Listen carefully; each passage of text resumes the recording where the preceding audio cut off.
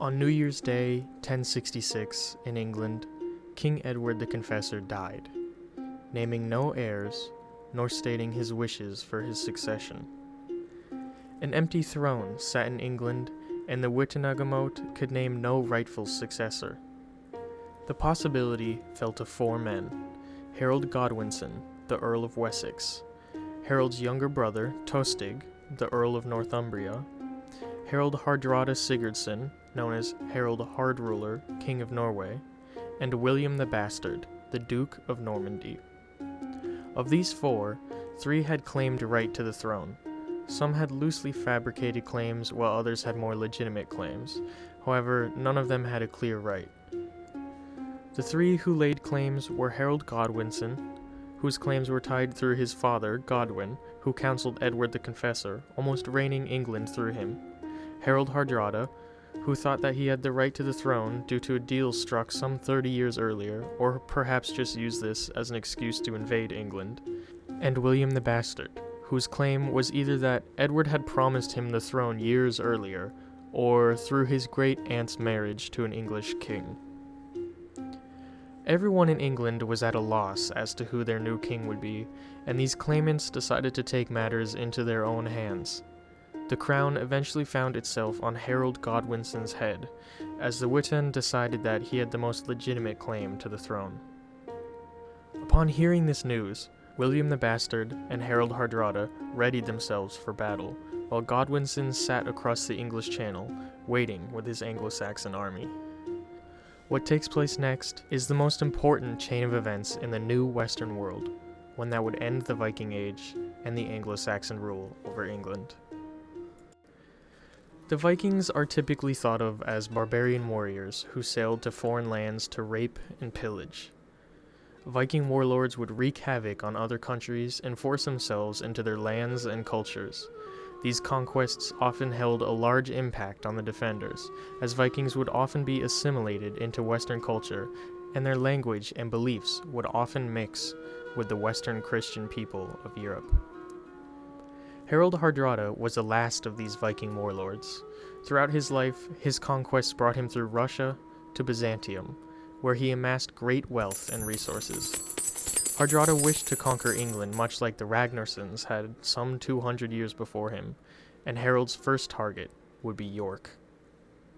When on his quest to conquer England, Hardrada had managed to gain an ally in Godwinson's brother, Tostig. Hardrada sent his longships across the northeastern coast of England, where he would burn down the town of Scarborough and push forward to York. Before reaching York, Hardrada was met with resistance from the Northumbrian earls and was forced to set up camp at Stamford Bridge. This is when Godwinson first heard news of Hardrada's invasion some 250 miles north of his current station, and marched his army north from the English Channel to meet Hardrada with resistance. Along the ride north, Godwinson was able to raise his numbers by riding day and night with such urgency that others felt as if they were called upon to defend their homes. If it was not for Godwinson's incredible swiftness, Harold Hardrada would have easily annexed York and had his demands met, forcing Godwinson to treat with him instead of facing him in battle. On the 25th of September, the Battle of Stamford Bridge took place, in which Harold Hardrada, along with Tostig Godwinson, hoped to conquer Harold Godwinson, and with him, the English throne. Meanwhile, William the Bastard brooded in Normandy, gaining help from the Pope. William received the banner of St. Peter and prepared his levied forces for an invasion approved by God himself. When Godwinson met his brother Tostig and Hardrada at Stamford Bridge, he attempted to treat with his brother. He offered Tostig land if he were to switch sides. Tostig asked Godwinson what his offer to Hardrada would be, to which Godwinson replied that he would only offer Hardrada 6 feet of English earth, or a bit more since he is such a big man. Tostig refused to ally with his brother, and the tensions were at their peak. The battle began with the English army appearing out of nowhere to attack the Norwegians. Hardrada, however, held a strategic position. His army was on one side of the river Derwent, and the English on the other. Hardrada also held the bridge connecting the armies, and it is said that a massive Norwegian axeman stood his ground on the bridge, killing some 40 Englishmen before allowing the bridge to be captured. The story states that an Englishman had floated down the river in a barrel, and when he was directly under the bridge, he stabbed up through the wooden planks with a spear, killing the Norwegian axeman, allowing the English access to the bridge. Regardless of how the bridge was taken, the English now poured across the bridge and river on horseback, shattering the Norwegians' line of defense, causing Hardrada to throw himself into a fit of rage. It is speculated that he killed almost 60 English men with his battle axes. Then, either by sheer luck or by the hand of a well-trained eye, Harald Hardrada was shot down in battle by an arrow to the throat. His dreams of conquering England were gone, and along with them the height of the Viking Age in England. The tides could have turned, however, when a fresh batch of Norwegians arrived at the scene, but they were so heavily armored that by the time they reached the front line, trotting through mud and corpses, they were completely exhausted. The English finished the slaughter of the Norwegians, and Godwinson was victorious, although he had lost a brother along the way. While the English were well equipped during this battle, the Norwegians had a chance to level the field and possibly push through Godwinson, changing the course of history. If the fresh reinforcements weren't so heavily armored, or if the Vikings had maintained coordination, England could have transitioned to Norwegian rule that day. Yet, the classic incoordination of the Vikings was their ultimate downfall in this battle. Yet, there was no time for respite, as news had reached Godwinson that William's invasion across the English Channel had finally landed. Only 19 days after Stamford Bridge, the Battle of Hastings would be fought. Godwinson's army was forced to march the same 250 miles back south, taking extreme attrition along the way. With his numbers down and his men exhausted, Godwinson stood no chance against the fresh mounted knights of Normandy. On October 14th, the Battle of Hastings began, and the Normans surrounded the English, who attempted to hunker down in their defense formations atop a slope. The Normans rained arrows, rocks, and spears down on the English shield walls, but to no effect. William ordered a cavalry charge, yet the English gave the Normans no quarter.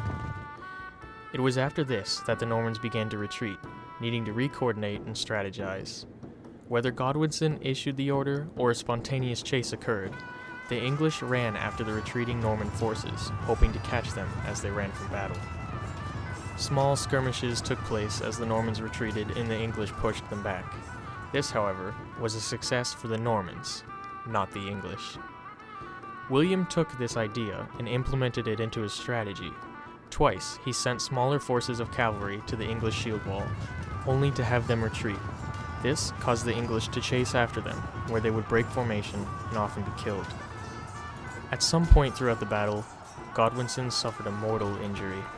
While there's no confirmed account, many state Godwinson was shot through the eye with an arrow, perhaps killing him.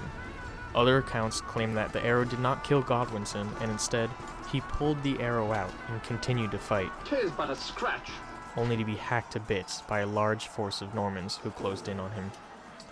Regardless of his true death, Godwinson fell to William's forces, causing the English to fall into complete disarray. William now reigned victorious over Godwinson, and thus ended the Anglo-Saxon rule of England. William the Bastard earned his new title, the Conqueror, and established an England under Norman rule. Irony and luck is woven so deeply into these battles that it is impossible to not think about how England could have ended up if one turn of events was slightly shifted. Had William invaded first, it's possible that Godwinson could have defended, then marched north only to lose to Harald Hardrada due to the loss in numbers and exhaustion from the march, and then England would have been under Norwegian rule. It is also possible that Harald could have defended against both if he had just held his shield line, and England would have remained under an Anglo-Saxon rule. However, this most likely would have prompted another situation in which England is invaded again. The mix of the Viking Age and the Anglo-Saxon rule ending both in the span of 19 days is comically coincidental, and it undoubtedly marked a date that forever changed the Western world.